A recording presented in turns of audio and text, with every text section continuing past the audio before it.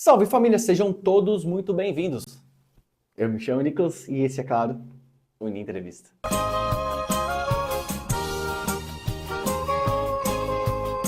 Hoje eu tô aqui com ele, atleta de vôlei, mas que também é treinador, mentor e personal. E que me prometeu muita história. Vamos conhecê-lo. Júnior. Fala, irmão. Beleza, meu irmão? Beleza. Seja muito bem-vindo aí ao canal. Muito obrigado por ter aceitado o convite. Legal. Você é o primeiro cara do vôlei que vem pro canal. Recentemente recebeu o Eugênio, que é do basquete. O que mais tem vindo aqui é a galera da luta. A galera da luta tem bastante, tá vindo bastante aqui. Já veio jogador de futebol e tudo mais, já veio técnico de futebol. Você é o primeiro do vôlei, então muito obrigado mais uma vez. Vamos falar um pouquinho de vôlei, que particularmente é um esporte que eu gosto bastante. E então, sem muitas delongas, né? Porque eu já introduzi muito aqui já. Galera, então, estamos de volta, né? Depois de 2 semaninhas aí de afastamento por N motivos aí, que não vem ao caso agora, mas estamos de volta. Então, já meu muito obrigado já de começo e aquele pedido maroto para ajudar eu a monetizar. Assista até o fim. Ah, eu não consigo assistir agora. Não tem problema. Só escuta, mas deixa aí até o fim. Ah, não consigo assistir agora. Tudo bem, salva na lista ali na sua fila do YouTube e assiste mais tarde, beleza? E se possível, já deixa aquele like esperto, beleza? Júnior, podemos começar aqui? Lógico, estamos aqui pronto para poder falar um pouco de esporte, falar um pouco de qualidade de vida, falar um pouco de carreira de atleta, falar um pouco do trabalho como personal. Isso aí. E falar um pouco também da ajuda das mentorias dos atletas que a gente tem desenvolvido, o trabalho que a gente desenvolveu aqui durante esses 20 anos que eu tô aqui em Taubaté. Show! Júnior, eu literalmente costumo começar do começo, com todo mundo, tá? Então, você falou, já deu uma adiantada que está há 20 anos. Conta um pouquinho pra gente do seu início, do porquê essa carreira, porquê o vôlei, o que te incentivou a entrar para essa carreira? Seguinte, então, eu sou um cara privilegiado no tamanho físico, né? Tenho 2,4 metros de altura. Isso na escola me destacava no meio do esporte. Eu sempre fui um cara que tinha uma infância muito diversa, que eu jogava bola, pegava onda, andava de bicicleta, andava de skate. Então, isso me deu um vocabulário motor muito bom.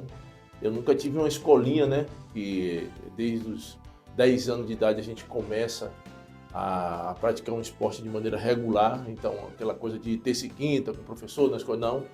Eu comecei a jogar vôlei tarde porque na escola, no ensino médio, um professor me viu e me deu uma oportunidade na escola. Eu tinha 14 para 15 anos. Então, ele falou que eu tinha a possibilidade de ser um atleta de vôlei. E na escola pública, veja a importância da educação física na escola, né? Eu sou professor de educação física, eu trabalho na escola do estado, eu trabalho na prefeitura, sou funcionário público. E veja essa questão também do olhar do professor, né? Que ele me oportunizou essa questão de direcionamento para um esporte.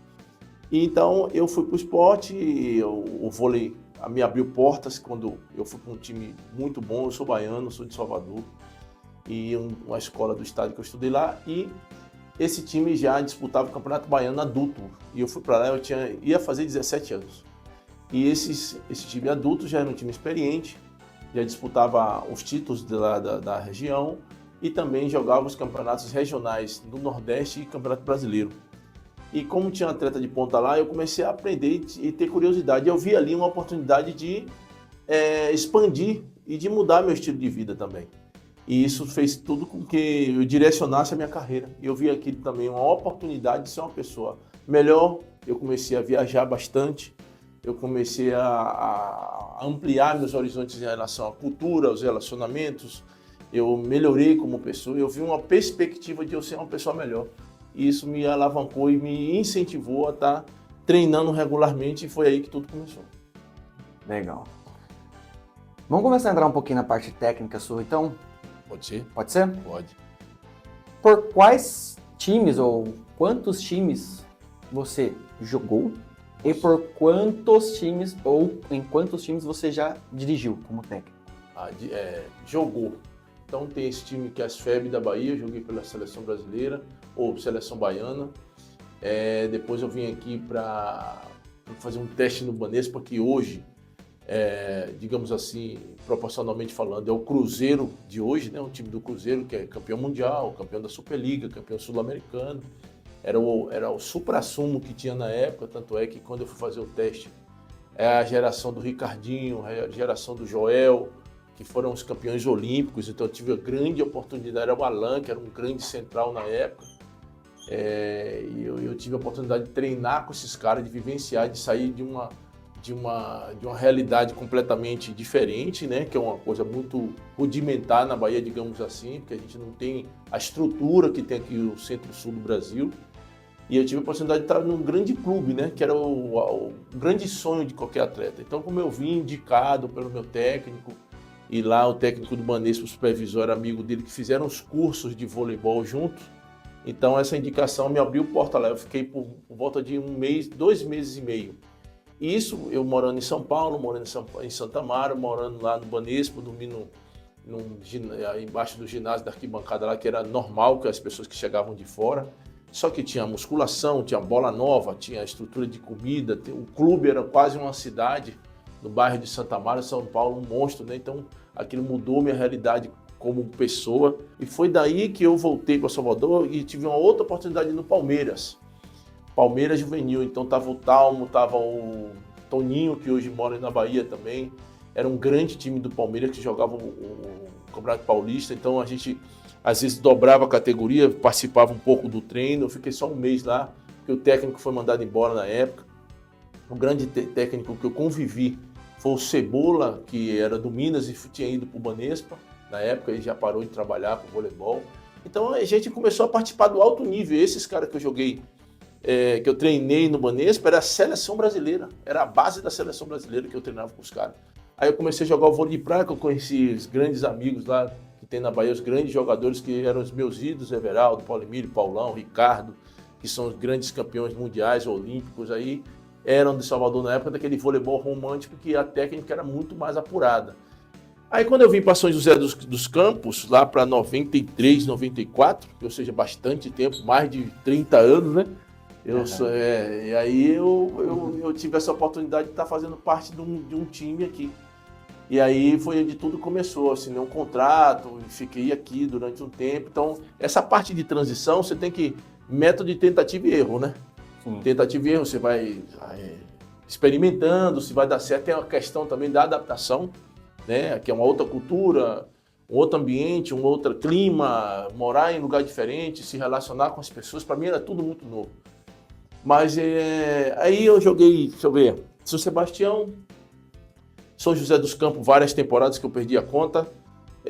Pinda, quando teve o primeiro projeto aqui da faculdade FUNVIC, né? E quando eu cheguei em São José também foi o primeiro FADEMP, que hoje é um fundo de apoio que ajuda aí a grande maioria do Vale do Paraíba. Foi o São José o grande pioneiro, eu participei dessas coisas. O Adilson, inclusive, era um dos representantes da fundação e da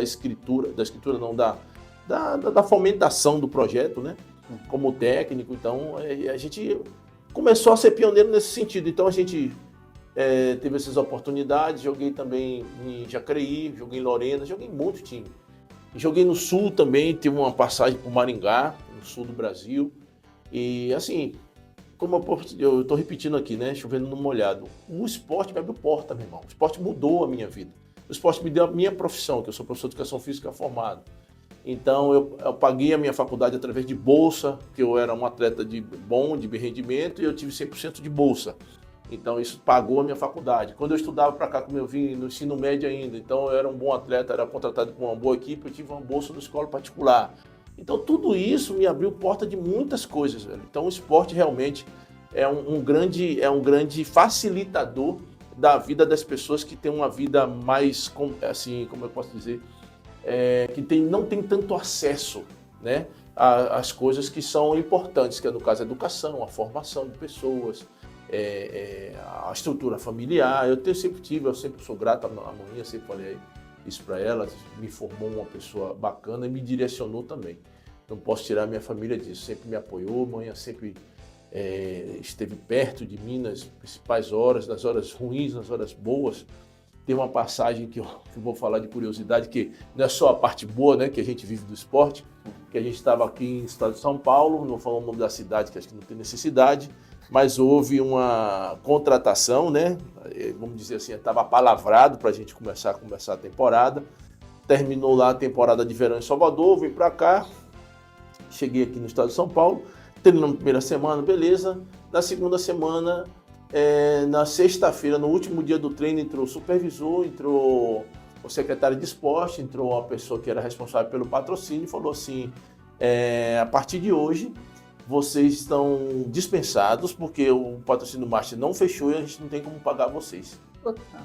E os contratos assinados. Então, assim, rapaz, foi uma frustração, cheguei em casa mal, porque aquilo era a sua temporada, o seu emprego, né, meu irmão? A maneira de você sobreviver, eu já era adulto. E aí eu tive que recomeçar, e eu voltei pro vôlei de praia lá, os caras me abraçaram da praia. Foi aí que eu estreitei a relação com os meninos da praia, que eu citei eles aqui no início. Eu conheci esse mundo do vôlei de praia naquela época, que o Nordeste era muito forte nesse sentido. E aí eu migrei nessas duas frentes, né?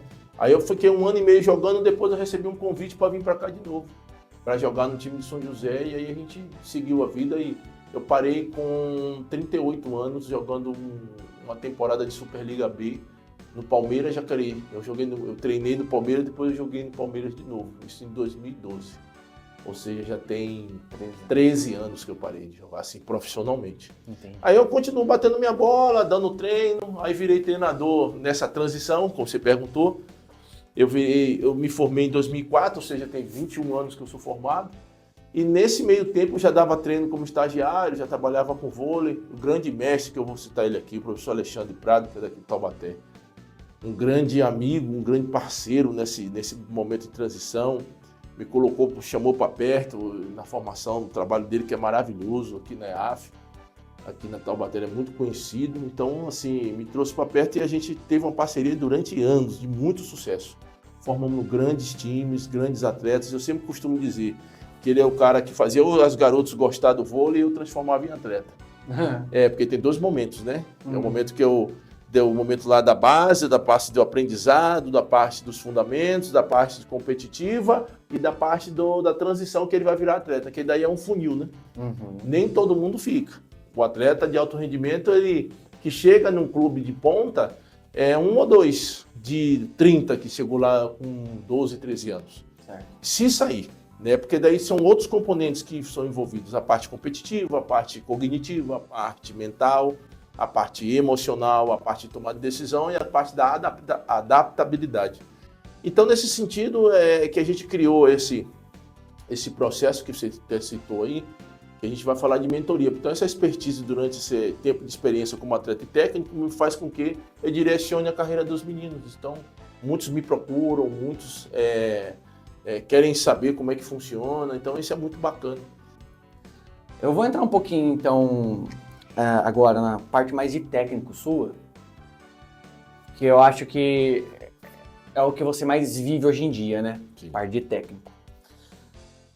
E a gente sabe como é difícil trabalhar com seres humanos, normal, certo? Sim. O que você, Júnior, mais costuma exigir dos seus alunos? Comprometimento com o treino, o extracampo Muito importante. ou o mental? Hoje, eu costumo falar que o atleta que ele quer um resultado além daquilo que ele espera ou dentro do programado, que ele evolua dentro desse programa de treinamento, eu vou dizer para você que hoje o atleta de alto rendimento é 90% do mental dele. Ele precisa criar uma mentalidade vencedora que exige algumas prioridades de comportamento e alguns cortes de algumas coisas. Tais como, vida social é legal até a página 2. Porque eu falei para você que a gente tinha que fazer mais cedo, que amanhã eu acordo cedo, porque eu preciso treinar. Eu acordei cedo hoje, preciso descansar. Sim. Ou seja, existe uma tríade no treinamento esportivo que é fundamental para um atleta, que é treino, alimentação, descanso. Aí eu colocaria hidratação, parte emocional, parte mental. Mas essa tríade é o que faz o atleta ser uma pessoa diferente dos outros seres humanos. Vamos dizer que a gente está preparando uma Fórmula 1 e as pessoas normais são carros de rua, um carro que roda no sentido urbano. O Fórmula 1 é um carro de performance. Sim. A gasolina é diferente, a preparação é diferente, o ajuste é diferente. Existe ele ultrapassa muitas vezes o limite no treino para saber se ele pode suportar determinadas coisas. E eu lembro que o Fabiano, um abraço Fabiano, fisioterapeuta da Prefeitura de Taubaté, muito bom. Eu estava com uma microlesão na panturrilha em 2023, há 3 semanas antes da competição. Depois eu vou contar de outro caso de um atleta meu que está jogando no Mogi, é o Nicolas. E aí, eu estava com a microlesão uma fisgada na panturrilha. Eu falei, meu Deus, não vou competir, eu me preparei tanto, estava muito bem, não sei o que lá. E nesse ano, 2023, eu fui vice-campeão em Saquarema, que é o principal campeonato marcha do Brasil. E ele falou uma coisa importante para mim, que casa com o que eu penso também. Ele falou, eu vou fazer um teste com você agora, na quadra da CTI, de manhã cedo, um frio. Aí ele falou assim, você vai aquecer um pouco. No aquecimento eu já estava meio... Porque eu dei uma parada assim de treinar, porque eu estava com medo de abrir a perna. Ele fez o tratamento, fez todo o procedimento comigo. Só que esse teste é que vai determinar, isso faltava uma semana para a competição. Esse teste vai determinar se você vai para a competição ou não. Aí bateu o medo. E aí é que você tem que ter a força mental, a força emocional, porque se não desse certo, você ia ter que suportar aquilo e tá tudo bem. Você tem que passar pelaquela tormenta mental e ter a noção que você precisa dar a volta por cima com sabedoria, com muita fé também, porque sozinho você não consegue nada, tem que ter uma vida espiritual, na minha opinião. E se você fosse, você ia ter uma limitação. Aí ele fez um teste que, rapaz, parecia que eu tinha treinado 2 horas. Ele fez um teste de 40 minutos comigo. Eu corri, eu saltei, eu fiz um circuito rápido, não sei o que e tal. Tá sentindo? Eu falei, rapaz, eu tô 90%. Ele falou, não, então não dá para você ir. Então veja que você é submetido a vários tipos de testes, de intempéries, de desafios que nenhum outro ser humano está acostumado a passar. E outra, a vida do atleta é uma vida muito regrada e a briga é interna. A competição não é com o outro, a competição é com você mesmo. Então, quando você passa a lidar com isso, acredito eu que os lutadores que passaram aqui teve o mesmo comportamento, porque quando ele treina para se melhorar. Não para, é claro, ele vai estudar o adversário, ele vai melhorar as suas deficiências, ele vai aprimorar as suas qualidades para que ele possa, no dia da luta e no dia do jogo, ele se sobressair. E foi exatamente o que eu fiz. Então, foi exatamente o que eu faço com os meus atletas. Então, a maior dificuldade hoje dessa geração Z é implementar essa mentalidade. Entendi. Então, Perfeito. Quando a gente tem essa linguagem diferente, a geração Z não aceita porque eles não passam por desafios. Sim. O pai abraça, o pai passa a mão na cabeça, tá tudo bem. Não sabe ouvir não, né? Não sabe ouvir não. A zona de conforto para ele não quer sair. Então não tem como se transformar num atleta. Então a gente estamos gerando jovens fracos mentalmente, mentalmente falando, não aceitam desafios, tem dificuldade de ouvir um não, tem dificuldade de ser direcionado e tem dificuldade de os desafios que aumentam de nível a cada vez que você sobe de patamar, eles não estão preparados para furar essa bolha. Então é uma dificuldade de nós técnicos. Hoje a linguagem mudou. Esse é o grande pulo do gato. O técnico, ele prepara o atleta para a situação de caos, mas ele tem que estar confortável no caos e tomar boas decisões. Se você não criar esse ambiente no treino, o que vai acontecer no jogo? Um caos. Entendeu? O cara não vai se comportar da maneira que deve, porque ele não foi preparado antes. Porque o treino, ele molda a mentalidade do jogo. O treino é o jogo. Então, se eu faço do treino e tem um pai assistindo e eu tenho esse comportamento, eu sou um cara ruim. Mas o menino também não evolui.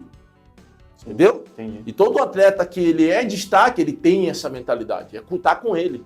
E para mim, trabalhar com esse tipo de perfil de atleta é muito mais fácil que a linguagem direta. Existe uma conexão. Mas quando o cara não tem essa linguagem, vai ter uma limitação mental. Não é nem que ele é ruim tecnicamente, ele até às vezes, já aconteceu comigo, bons jogadores, mas que mentalmente não respondiam. Então, dentro da quadra, na situação problema, ele tinha uma limitação de tomar uma decisão de coragem, de confiança, dessas coisas todas. Então, eu estou tentando forjar o meu filho com isso. Sim. E ser diferente, tentar ser diferente dos outros garotos. Mesmo que ele não seja atleta, mas que seja um homem que tenha essa linguagem de mentalidade. É nesse sentido. Entendi, perfeito. Ainda sobre a parte técnica, Certo. vamos tentar ser mais técnico um pouco. Certo. Como que você escala a sua... Como você molda o seu time e na sua cabeça, que é a maneira ideal, e qual o seu sistema tático preferido? Rapaz, eu tive... O último trabalho que eu tive aqui, em 2022, eu joguei uma categoria sub-19 do Paulista. Uhum. Esse primeiro ano do sub-19 do Paulista, todos os atletas eram... Todos não, 95%, 94% dos atletas eram daqui de Taubaté. Ou seja, a gente nunca tinha tido uma experiência de uma categoria acima, ou seja, muda a altura de rede, muda a dificuldade com os adversários, a maturação dos adolescentes é diferente, e os meninos estavam jogando o primeiro ano dessa categoria. Eu tive uma dificuldade de adaptação para o nível de jogo, né? Então, eles estavam num processo de crescimento, amadurecimento, desenvolvimento, e mentalmente eles tinham passado por muitos problemas, porque viemos da pandemia, né? 2020 foi pandemia, tenemos muito pouco, quase nada. Quase nada. E foi uma dificuldade bastante grande. Então, no início de 2022, estava naquela onda, volta, não volta, lembra disso? Sim. Aí a gente voltou e a gente não teve a rodagem do 2021, ou seja, deixamos de competir, que era uma parte importante do processo para que chegasse em 2022 melhores. Então, essa adaptação gerou um problema de montagem do elenco. Eu chamei 2 meninos de fora e um deles veio machucado. Tanto é que ele operou aqui, tratou aqui e foi jogar em outro lugar. Ou seja, não pude contar com ele. Certo. E eu montei uma equipe que era de estatura mediana. Meu oposto na época, que hoje está no Mogi das Cruzes, jogou no Praia Clube, fez seletiva na seleção brasileira, foi seleção paulista e não sabia atacar no corredor, um oposto. Ele tinha dificuldade de mudar a direção da bola. No primeiro treino eu percebi. Tinha um ponteiro, que é esse Nicolas, que eu falei lá, saltava 1 metro com 1,80 de altura. Mas magro ainda, precisando ganhar uma robustez muscular, ganhar cancha de física e ganhar cancha de jogo, né? O jogo aumenta a quilometragem, aumenta a experiência do atleta. Meu levantador não levantava saltando, que é uma linguagem que hoje o vôlei atual exige. Então, como ele veio também sem essa bagagem de estar experimentando o ano anterior com jogos, treinos e tal, ele tem uma dificuldade de se adaptar e eu tive que correr contra o tempo. Então, foi uma outra dificuldade que eu tive. Meu líbero tinha uma dificuldade de entrar na bola, encaixar a manchete, fazer leitura do passe. Essa categoria já saca a viagem com mais potência. Então, é toda uma linguagem que eu tive que me adaptar. Então, eu adaptei a equipe, fiz um sistema de trabalho muito bom. E, como você falou, as características da minha equipe eram uma equipe rápida, era uma equipe muito técnica, era uma equipe que jogava com saída de 4 atacantes, inclusive os atacantes do fundo, os 2 que estavam no fundo recebiam bola, tipo pipe. Nessa categoria não era muito comum, né? Só joga só na rede, só na frente, com os 3 atacantes, os 2 da rede. Eu atacava com os 2 do fundo, que é o ponta da pipe, pela 6 e o oposto. E eu também criei um ataque da ponta da 5 do fundo. Ou seja, eu jogava toda a parte de rede para cá e o meu fundo atacava por lá. Então, assim, isso foi criação através das características dos meus atletas, da necessidade que eu passei a ter pela dificuldade que meu time tinha e do sistema defensivo também, que eu trabalhava com 3, quando a bola espirrava lá no time adversário, a bola não vinha na mão do levantador, um passe C, era um bloqueio triplo que ia encarar esse cara que ia bater a bola. Isso era uma característica exclusiva do meu time. Então isso fez toda a diferença. No primeiro semestre, na primeira perna, no primeiro turno desse campeonato, nós só tivemos 3 vitórias e perdemos acho que 8 jogos seguidos. Uhum. E nesse ano eu sofri um acidente de carro. Eu, a minha mulher no caso, né, e meu filho. Então eu fiquei quase um mês, fiquei 2 ou 3 rodadas fora, esse amigo meu que assumiu, o Alexandre. E quando eu voltei no segundo semestre, eu reprogramei minha equipe, tirei um oposto para jogar de ponteiro, o oposto que jogava no meu time, que era da rede de 3, eu tirei, que era o Lucas, e coloquei esse oposto que ele bloqueava melhor, sacava melhor, passava melhor e tinha um side-out melhor. Daí o que aconteceu? Esse cara era canhoto e mudou a estatística da leitura, porque a gente trabalha com vídeo, com scout, com toda essa coisa da numerologia para poder a gente formatar nosso treino.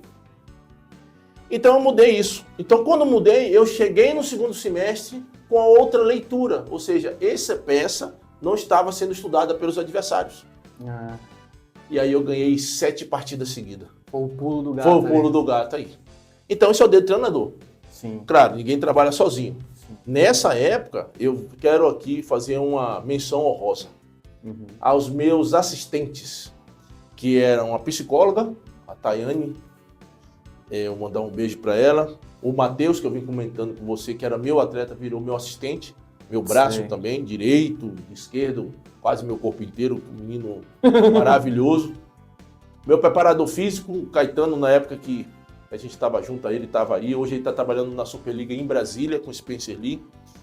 O Matheus está trabalhando como estatístico do Goiás, que está na Superliga, né? Ou seja, olha só, eu falei, né? Você é a média das 5 pessoas que você vive. Sim. Meu fisioterapeuta Rafael, que é de Pinda, um menino excelente também, né? Que trabalhou comigo. E essas pessoas me ajudaram a formar a equipe. Então, a linguagem, o dia a dia, é muito difícil lidar com esse dia a dia. Ainda sobre técnica, e no caso agora tática, qual é a posição que você considera ser a mais difícil taticamente? O levantador, não tem dúvida. O levantador é o técnico dentro da quadra. O plano tático do jogo é o treinador, é o levantador que vai desenvolver. Mesmo porque, quando você desenvolve um plano tático do jogo, a tomada de decisão é dele. Que às vezes ele viu uma situação que vai ser bom para a equipe, que ele pensou, está pré-programado, mas ele vai tomar a decisão circunstancial, ou seja, na hora que ele viu uma situação, ele vai tomar a decisão.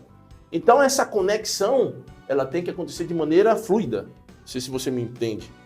Então a parte mais difícil de você preparar além da parte técnica dele, que tem que estar afiada, apurada, né, de acordo com o que o jogo pede, ele tem que estar conectado com os atacantes.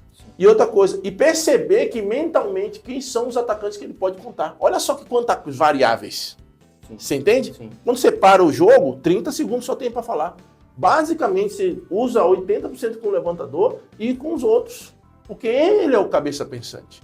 Se o passe não sai, é a estrutura do trabalho, a estrutura de um side-out, de uma virada de bola, mas é o levantador que vai tomar a melhor decisão. Você vai levantar a bola quebrada para quem? É o mais confiante. A bola chegou, eu falei, eu tenho 4 chegando. Para quem você vai levantar? Então esse cara é o cara que mais está fritando a mente dele na hora que está jogando. Tanto é que ele sentiu muita pressão. Várias vezes, todos os meus levantadores saíram chorando do treino comigo. Caraca, velho. Por conta dessa necessidade. Sim. E aí você amadurece, irmão. Sim. Tem que ter uma leitura muito foda e eu tenho um entrosamento muito grande. Eu incomodando o tempo inteiro, meu irmão, mas você tomou essa decisão porque, olha aqui, aí as pessoas aqui não gostam que eu parava o treino. Mas eu queria que eles entendessem por que eles estavam fazendo aquilo. Por que você levantou para não sei quem? Olha aqui quem tá na rede, olha quem ele vai atacar. Qual é a característica desse atacante aqui? Vai gerar o que do outro lado? Então, assim, você começa a resolver o problema com ele. Então, nesse sentido, é o cara. Esse é o cara. Quem foi que mudou a história do vôlei mundial? Ricardinho. História do vôlei mundial. Bravo. Ele é um capítulo à parte na história do vôlei mundial. Brabíssimo. Porque ele aumentou a velocidade do jogo, ele chegou com a bola pipe, ele chegou com levantar de manchete de bola rápida, bola de tempo. Então é um cara que estava à frente do tempo, meu irmão. Galera, para você que chegou até aqui, meu muito obrigado, tá?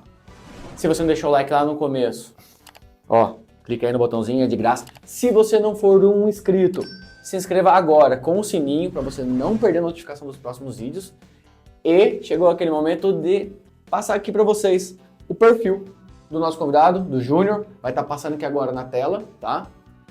Dá aquela pausadinha aí, pega o nome ali, vai lá no seu Instagram, segue ele lá, que aí você vai curtir o trabalho dele, eu tenho certeza. Caso você esteja só escutando, não tem problema, vai estar no primeiro comentário fixado o link do Instagram dele, então é só clicar lá que você vai direto no Instagram dele. Beleza, galera? Júnior, vou dar continuidade aqui, meu querido. Você já deu a entender, não, você já falou, né, mas abertamente que você joga Master, Isso. certo? Você é um atleta de Master hoje. Eu queria saber como é que funciona os contratos de Master. É realmente um contrato de alguns meses, de algum campeonato, ou é um contrato mais pontual para algumas partidas? E se você me permite uma segunda pergunta dentro dessa mesmo, Tá. qual a posição que você disse que você é Central. Central. Isso. Você joga em mais alguma posição? E como foi a sua adaptação para... Eu lembro que, assim, como eu sou um atleta alto e eu soltava bem, e eu tinha uma boa pegada, né, assim, de ataque forte e tal, direcionado, eu lembro que no Taubaté eu joguei de oposto, alguns jogos abertos, acho que, se não me engano, foi Barretos, porque a gente estava com a limitação de poucos atletas e eu joguei de oposto. Eu lembro que o Sidão fez uma Liga do Vale aqui com alguns jogos com a gente. O Sidão é campeão olímpico, né? O Central também, né? Central. Gente boa, campeão olímpico aqui da cidade, né? A gente teve o professor Branco, mandou um abraço para ele, que foi nosso treinador. E que fez um bom trabalho aqui naquela época que a gente tinha o vôlei mais amador, mas a gente estava com bons atletas aqui na cidade, né? Então era semi-profissional, digamos assim. Aí eu joguei de oposto. Mas a minha especialidade é o central, porque eu nunca fui um atleta muito rápido, mas eu fui um atleta de alcance, ou seja, de bola muito alta, assim, né? Então eu tinha uma média de alcance bem maior do que os centrais da minha época. E minha característica sempre foi o bloqueio. Então eu era um cara rápido no sentido de ter, até porque era da minha altura, né? Então tinha uma boa leitura, eu treinava bastante isso. E sempre foi uma das minhas principais características. A outra pergunta do Master é uma coisa curiosa, porque é uma competição amadora. Sim. Então é convite, né? Não tem essa questão do contrato. Hoje, que as equipes estão ficando mais competitivas, está existindo um mercado paralelo em relação a isso, dos bons atletas. Eu já tive proposta para receber, para jogar em outros times. Eu joguei muitos anos no Vôlei Master. Desde 2012 que eu estou disputando o Master. Então, estamos em 2025, eu joguei agora, fui campeão brasileiro em abril pelo Pará.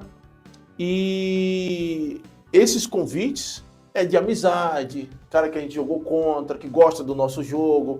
E, na verdade, o Campeonato Master é um grande momento de a gente se encontrar, conviver, levar as famílias.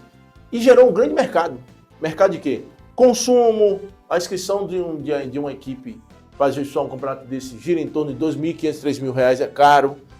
Gira o comércio na cidade que vai gerar o campeonato, que é alimentação, hospedagem, avião, aeroporto, Uber. Velho, existe uma movimentação no mercado, né? E todo mundo ganha.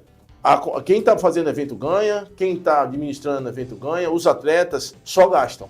Então, eu vou até pedir aqui em forma de apoio, né, para esses atletas que existe uma demanda de preparação física, suplementação, esses custos operacionais que eu acabei de citar. Às vezes a gente paga até o uniforme, porque o uniforme para competição às vezes é outro para outra.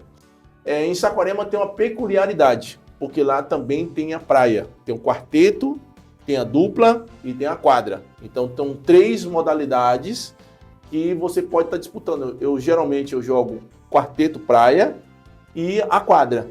Eu sou ex-campeão brasileiro praia, quarteto, pela Bahia. E esse ano a gente está montando um time lá do Amazonas, né? Mandar um abraço pro pessoal lá, Ailton, grande irmão meu que eu tenho em Salvador. Tem um CT lá que está super bem com o Bahia, o clube que está apoiando lá o trabalho dele, que é muito bacana. Então a gente continua treinando, se preparando para participar desses grandes eventos no Brasil. É um mercado que está só crescendo, e não é só no voleibol. Tem as competições massas em todas as modalidades. Natação, ciclismo, beach tênis, futebol, tudo. Então, isso. E outra coisa, eu como sou professor de educação física, a gente trabalha com longevidade. Eu atendo algumas pessoas que são idosas.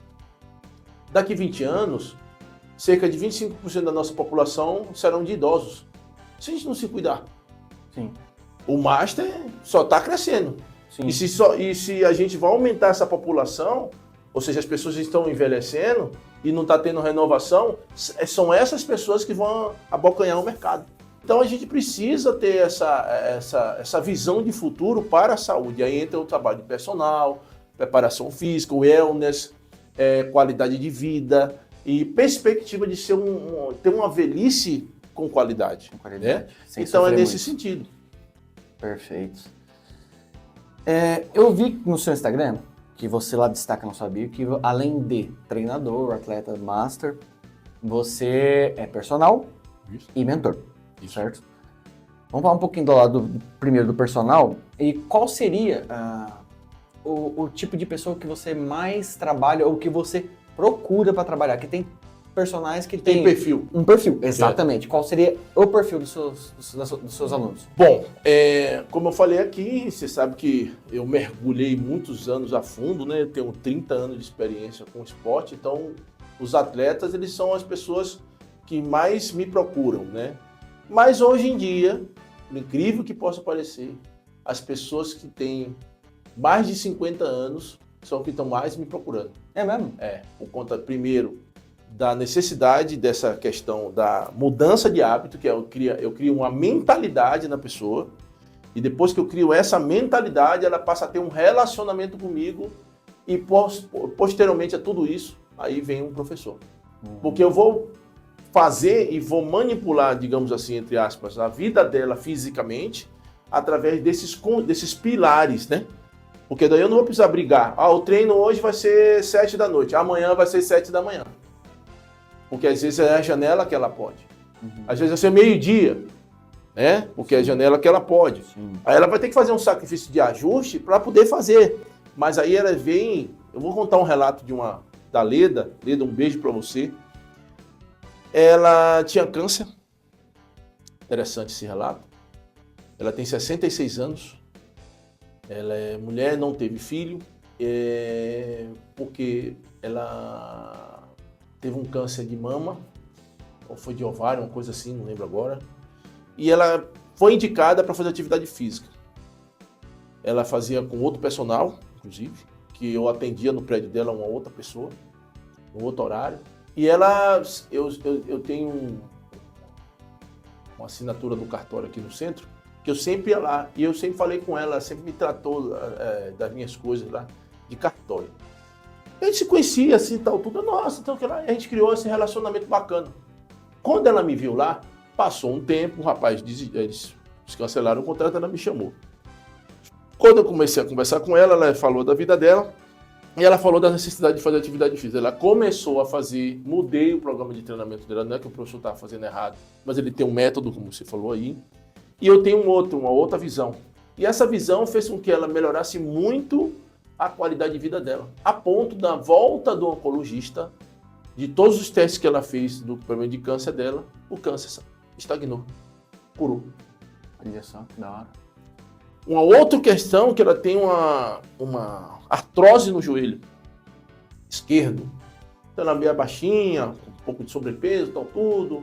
Mas aí eu fiz um trabalho que ela falou assim, ela relatou para mim, Júnior, hoje eu posso sair daqui do prédio, ir pro centro andando e voltar com confiança. Eu estou me sentindo bem. Então, o que eu quero dizer com isso? Qual é o maior custo-benefício de você estar sendo orientado por um profissional que se preocupa com você, que te atinge os seus objetivos? Detalhe, os objetivos dela não eram estéticos. Claro que a gente busca isso. Mas o objetivo dela era a saúde, brother. Primeiro, não que a atividade física foi o precursor de ela não ter mais câncer, mas ajudou, que o médico inclusive relatou, que quando ela passou a atividade física dela, os níveis hormonais, todos os exames, eles ficaram mais equilibrados. E parou de tomar remédio. E é muito importante. Primeiro, o gasto. Segundo, a qualidade de vida. Você não está botando química para dentro. Sim. E a confiança de ela estar fazendo atividades normais. Levantar da cama com as duas pernas. Ter confiança em fazer uma caminhada. Uma idosa que tem qualidade de vida, velho, isso não tem preço. Ela me agradece até hoje, velho, que bom que a gente está fazendo. Eu falei, isso é um caminho sem volta. Você não pode parar. daqui para frente, você quer ter uma qualidade de vida daqui para frente melhor, não pode estagnar esse tipo de trabalho. Ela se conscientizou. Então, meu trabalho ele se baseia no relacionamento, na mentalidade e na atividade. Detalhe interessante isso, né? Sim. Relacionamento, mentalidade e atividade. A atividade é o fim, mas as outras duas coisas são as mais importantes para que ela venha como a parte principal. Então é disso que a gente carrega para trazer para os alunos. Então é nesse sentido que a gente trabalha. Show. Em cima de tudo que você falou até agora, da parte de atleta, da parte técnica, da parte de personal, de mentor, de tudo isso daí, de todas as atividades, as atribuições, qual você mais gosta? Qual te dá mais satisfação? Rapaz, mais satisfação. A minha maior satisfação é ver um atleta ter resultado. É ver o choro dessa moça de alegria, de aumento da autoestima dela como mulher. Desse relato dessa senhora, fala assim, Júnior, muito obrigado de você estar sempre acreditando em mim. Eu mandei uma mensagem hoje para uma moça, a Manuela não, esqueci o nome dela, mas eu vou lembrar. Falei assim, ó, não esqueci de você, já tinha 3 meses que a gente não se falava. Quando que você vai, ela tem uma lesão no tornozelo, que ela vai retornar no médico na semana que vem, e no início de agosto ela vai voltar a fazer um briefing comigo, ou seja, essa reunião de avaliação.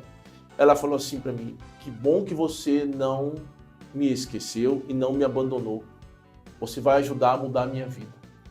Então, cara, eu vou te falar, eu amo voleibol, eu amo estar em quadra, mas o que eu mais gosto de fazer é mudar a vida das pessoas. Mentalidade. Exatamente. Fazer elas incorporarem a sua mentalidade. Exato. de ser uma pessoa melhor. Propósito, né? Exato, De ter um isso é um propósito. Ser uma pessoa melhor. Perfeito. Ela sendo uma pessoa melhor, ela vai incluir o treino, ela vai incluir a dieta, ela vai incluir acordar cedo, ela vai incluir, eu vou sair com meu marido, namorado, não sei quem. Então esses ajustes é a convivência, né? Como eu falei, relacionamento, mentalidade e treinamento. Eu vou fazer uma última pergunta que eu coloco até no top de polêmico. Eu acredito que pode dar uma polemizada. Antes das 3 perguntinhas que eu costumo encerrar as entrevistas, que é as perguntinhas papo, beleza? Tá. Mas eu já chego lá. Você já falou um pouquinho deles, mas você não entrou no detalhe de quem é melhor. Bernardinho ou Zé Roberto Guimarães? Daí agora... Cara, você entrou numa polêmica realmente.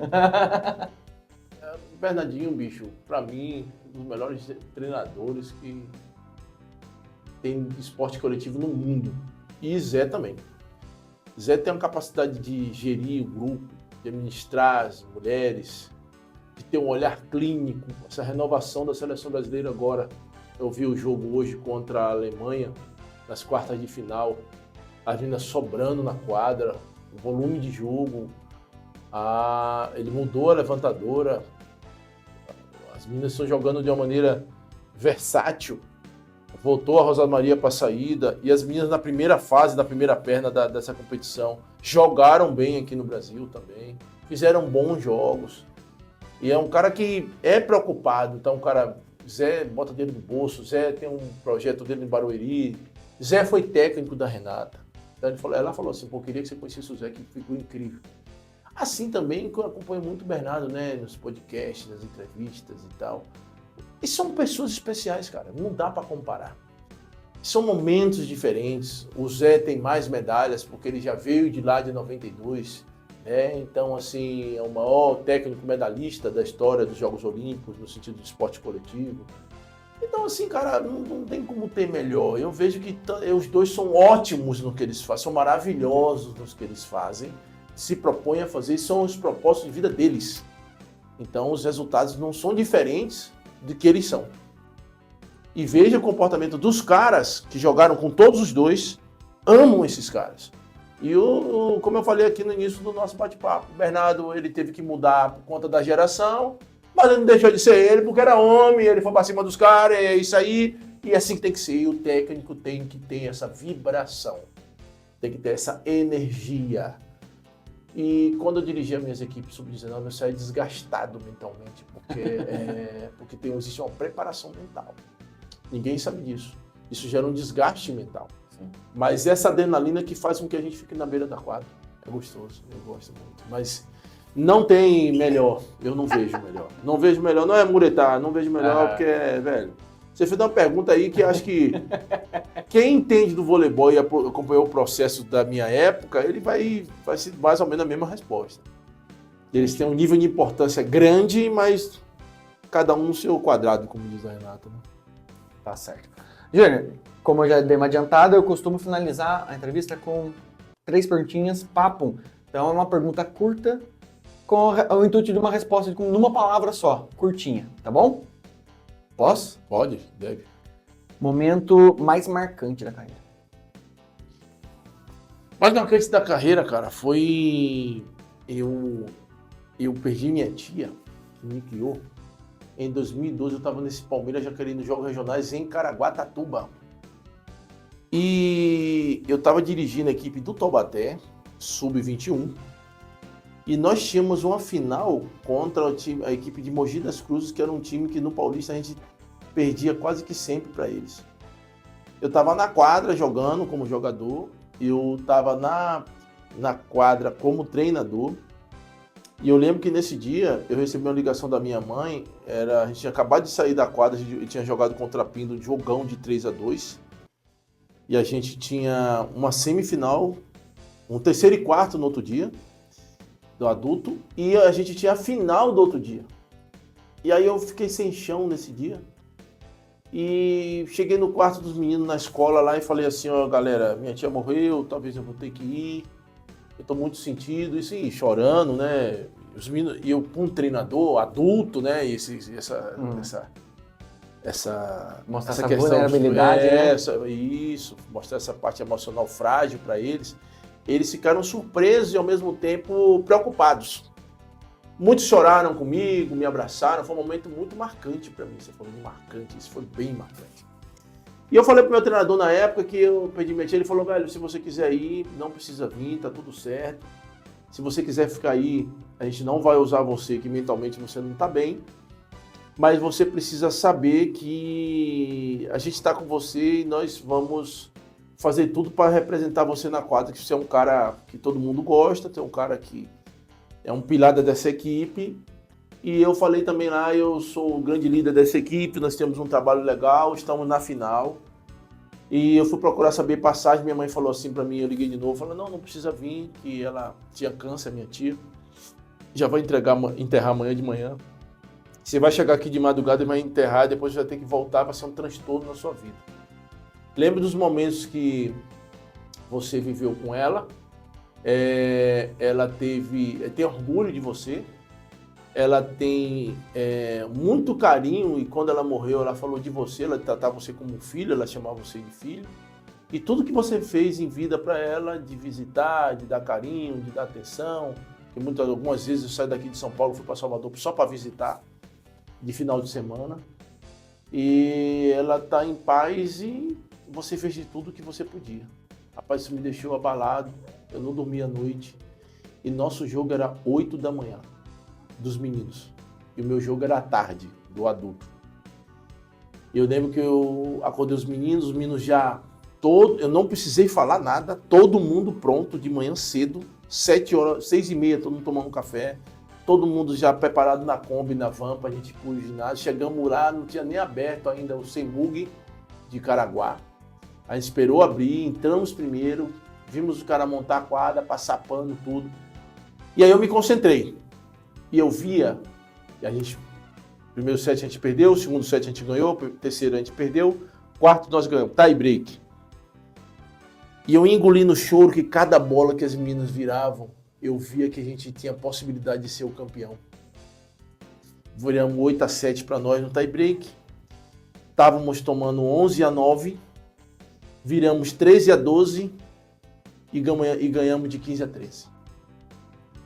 Rapaz, isso aí é um peso das minhas costas, que assim, trabalho questionado, que eu tinha contratado umas pessoas aqui, as pessoas não tinham concordado com a contratação. Nós nos superamos com esse resultado Isso provou para mim mesmo que o ser humano ele pode se superar mesmo nos momentos mais difíceis. Isso me marcou muito. E todos os meus companheiros do time da tarde estavam na quadra. Entraram, me abraçaram, me carregaram. Então, assim, o esporte me proporcionou isso. Então, isso me marcou demais. O resultado em si, que foi um resultado inédito, mas esse momento pessoal meu, emocional. Como eu disse, a roda do círculo virtuoso, né? Quando você é uma boa pessoa, quando você trabalha de maneira honesta, quando você trabalha com verdade, as pessoas te retribuem com isso. Então foi isso que eu vi dentro do esporte e é o que eu levo para a minha vida, uma lembrança muito boa nesse quadro que eu vivi. Se define em uma palavra. Coração. E um objetivo. Objetivo, propósito. Eu tenho um propósito de vida, ser uma pessoa melhor para mim mesmo, porque eu tenho um espelho. Esse espelho tem 4 anos, chama-se Ravi. Tem que ser uma pessoa melhor para que ele me veja como um bom pai. Eu quero ser um melhor filho, um melhor vizinho, um melhor colega de trabalho. Eu luto por isso, para ser uma melhor pessoa. Eu não quero ser melhor que ninguém. A minha briga diária é comigo mesmo. Eu brigo para ser uma pessoa melhor para mim. Para mim, sempre. Se você se melhorar, automaticamente você vai melhorar o ambiente. É assim que é o esporte. Se você treina, alguém está vendo treinando. Se você treina a mente, você vai se comportar de maneira diferente. Melhorei muito, era muito impulsivo, muito de falar, essa coisa da energia do jovem, né? Mas a gente cria maturidade, né? Que bom que a gente evolui, que a gente cresce. E essa coisa do coração, eu sou um cara muito verdadeiro, né? Com as minhas coisas. Então, meu propósito de vida, a palavra é propósito, porque o propósito está linkado a todas essas coisas que eu acabei de falar. Da hora, da hora. Júnior, obrigado. Valeu. Obrigado também pela oportunidade. Foi muito bacana estar compartilhando momentos da minha vida aí, no esporte, da minha Muita profissão. história. Muita história. Muita história. Como você pediu, eu abreviei bastante coisa. Muito obrigado mais uma vez por ter comparecido aí, por ter dado essa grande entrevista para mim. Para você que chegou até aqui, meu mais obrigado ainda. Espero que tenha gostado. Foi um relato bastante completo, né? Deu para perceber, mesmo ele falando que abreviou. Foi bastante história, bastante completa aqui. Deu para abordar bastante coisa, bastante história, bastante o lado técnico do Júnior. Mais uma vez, eu espero que tenha gostado. Aquele triplo C, curte, compartilha, comenta caso você não tenha feito nenhum dessas 3 coisinhas antes, beleza? E o vídeo de hoje é esse, galera. Muito obrigado mais uma vez. Até semana que vem. Valeu! Valeu, galera!